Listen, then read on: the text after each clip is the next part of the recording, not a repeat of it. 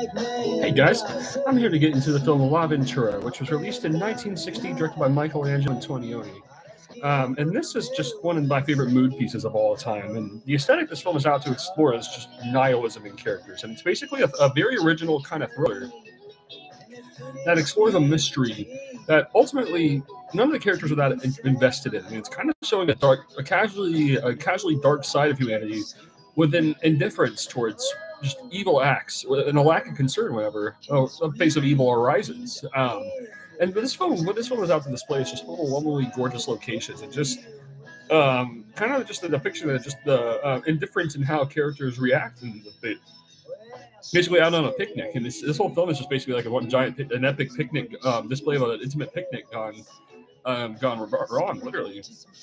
And it's just how to study a light and dark side of humanity in a way that's very entertaining. Honestly, the way this is directed, it reminds me so much of like a lot of Stanley Kubrick, Paul Thomas Anderson films that come. Like this was certainly a foreshadow to a lot of this, because I think that's just the way this film kind of cooks in a lot of ways. It's very slow paced, and it's about kind of creating a moment that's a state of mind rather than making every single moment feels like it seemingly extremely important to moving a story forward. This is just kind of putting a state of mind across and a psychological examination, which is just kind of completely newfound way of looking at film. That was the year 1960. I mean, I counted about 15, at least 15 films changed the world, changed the world this year. This is a massive year for film, and Psycho being the most popular one. But I mean, the list goes on. Like Dolce Vita, Rocco and his brothers, etc. And this, but there's just so much going on here. Like it's very slow paced. Like you're really just with the characters, but it's always beautiful for the scenery. I mean, the scenery it's like one of the most detailed and most sensory driven films I've ever seen in my life, and that's what it has in common with like a lot of Kubrick PTA. They're very sensory driven films that really take their time to let the story unfold. And then the story itself almost reminds me of like a middle era David Fincher film, like particularly the tone of Gone Girl and Zodiac. I can really sense a lot of that kind of being laid out right here at this film. And this is just one of those perfect masterpieces that just has a very original outlook on life, kind of living inside of it that would go on to foreshadow just plenty of any rock and roll to come, basically, as well as just any film to come. As they become more rebellious and storytelling nature. Like a lot of that was really being birthed here, where it's not really rebellious in like a way of like add actions, but it's just rebellious in the way of just breaking the rules of conventional just storytelling, just putting you in a state of mind is I think what's more important in a modern film than I guess simply just being able to tell a complete cohesive story. It's like there's like a psychological examination you kind of want to have and all that. And this is a film that just takes you really deep into that. And again, it's about nihilism, just complete and casual indifference from people.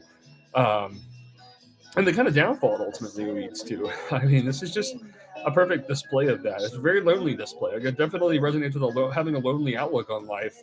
And this like kind of gives you a reason why. Because it's like you almost just maybe feel too much passion for things that most people are rather indifferent about. So that disappointment's always going to come around. And this still just really changed the world. I feel like this is a life-changing film at displaying just a definitive perspective on just a downfall in spirit. It's very unpredictable and layered. I mean, a lot of people like Martin Scorsese cites this as one of the best thrillers ever made. Also, Jack Nicholson cites this as perhaps the greatest film of all time, which is, yeah, and I think this is my favorite Antonioni film. I love Blow Up. I love Zabriskie Point. I think they're in the identification of a woman.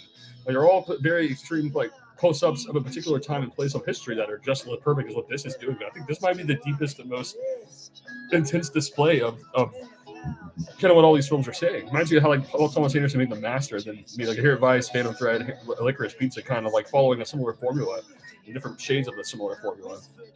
Ventura kind of started all this, and I think Antonioni was on a similar path with like Blow Up and Zabriskie Point, like a similar way of telling a story, but just in its own kind of like it feels like a mystery, kind of, but it's ultimately just kind of a very loose, organic hangout kind of film, really, and that's the genius of La Ventura. It's really a perfect original kind of thriller that it's pretty divisive, and I think to this day it's a pretty polarizing film. Well, it's a very love or hate. I'm far in the love it camp, so I suppose I can't recommend it everyone. I suppose you might hate it if you're just looking for anything intense about it, because this is a very dry perspective. It's very low key, and it's very just close up and examining just indifference in characters all the way through in a way that's very relevant, and it's very intense all the way. They're very unpredictable. I seriously, you seriously never know where the script is going to take you next with all these characters, and just some of my favorite scenery ever. Like it really does kind of feel like Stanley Kubrick from 2001: A Space Odyssey era particularly came to planet Earth and directed with a similar kind of outlook on life with this film. It feels very alienated. That's a key word.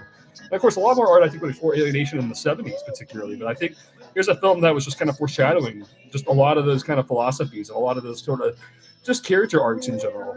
Very original, very powerful, very timeless. I mean, this is one of those films I always come back to, and I'm always kind of transfixed and just completely transcended by the way that it just completely makes me forget about everything else around me. It puts you so hyper in the moment. It's impossible not to in the way that it just drifts. And I've heard someone describe it as the film really cooks it, takes its time to cook it, cook up its recipe. And I'm like, yeah, let the man cook, but it's like this, you know? So, yeah, this is a perfect film.